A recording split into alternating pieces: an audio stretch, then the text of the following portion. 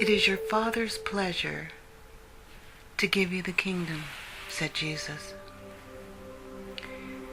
You need not hesitate about asking largely. Original substance wants to live all that is possible in you and wants you to have all that you can use and will use for the living of the most abundant life. If you fix upon your consciousness the fact that your desire for the possession of riches is one with the desire of the supreme power for a more complete expression, your faith becomes invincible. God, the one substance, is trying to live and do and enjoy things through humanity.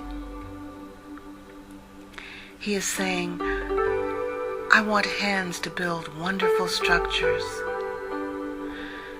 to play divine harmonies,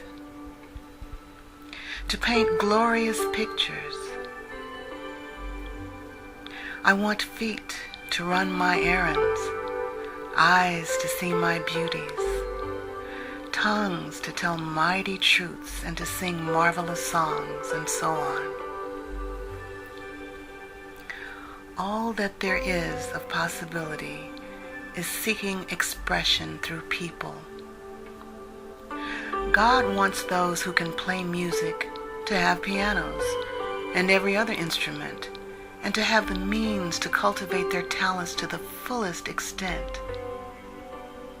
He wants those who can appreciate beauty to be able to surround themselves with beautiful things.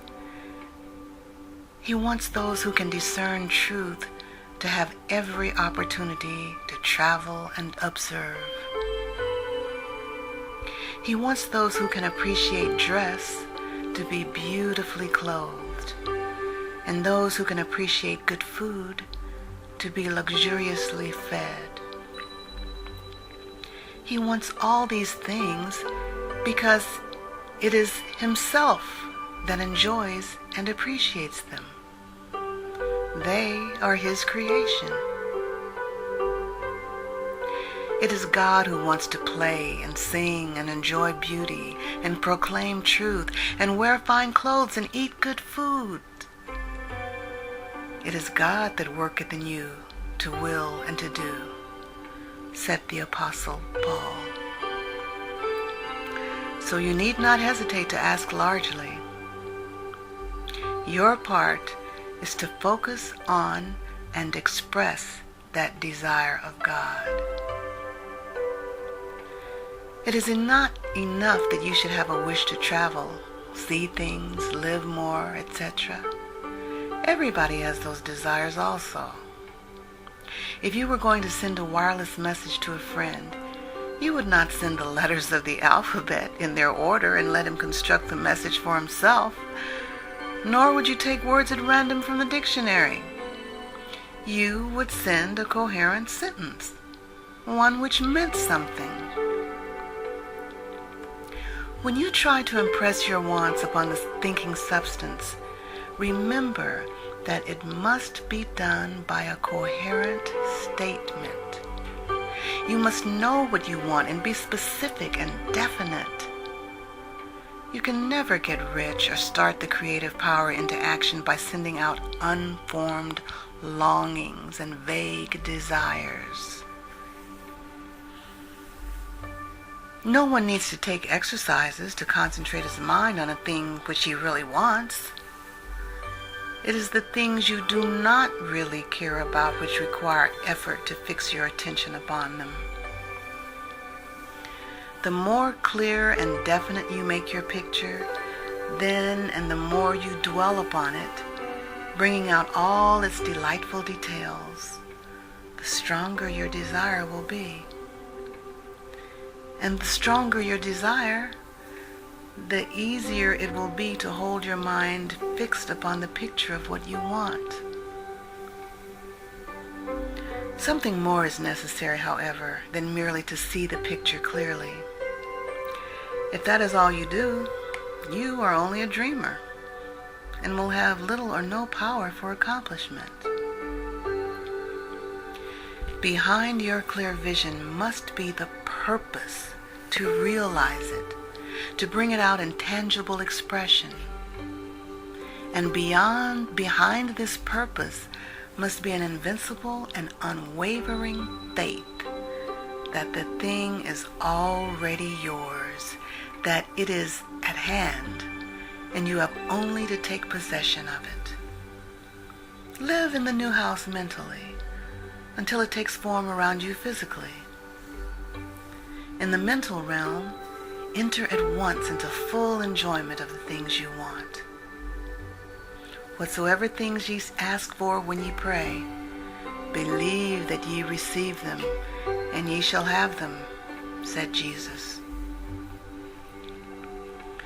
See the things you want as if they were actually around you all the time.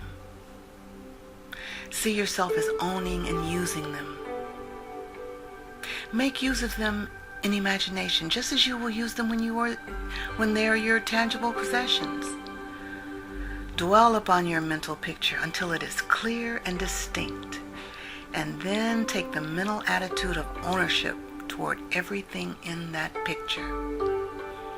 Take possession of it in mind, in the full faith that it is actually yours. Hold to this mental ownership. Do not waver for an instant in the faith that it is real. You do not need to pray repeatedly for things you want. It is not necessary to tell God about it every day. Your part is to intelligently formulate your desire for the things which make for a larger life, and to get these desires arranged into a coherent whole, and then to impress this whole desire upon the formless substance, which has the power and the will to bring you what you want. You do not make this impression by repeating strings of words. You make it by holding the vision with unshakable purpose to attain it, and with steadfast faith that you do attain it.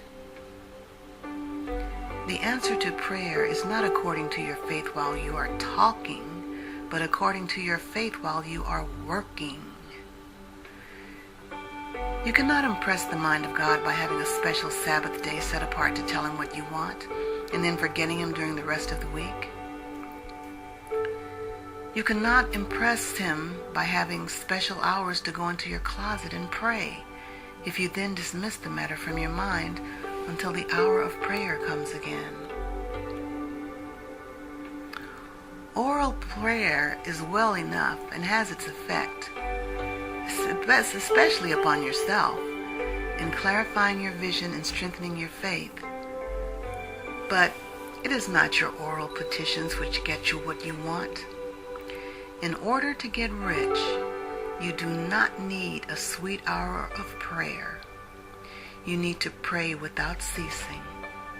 And by prayer, I mean holding steadily to your vision, with the purpose to cause its creation into solid form, and the faith that you are doing so.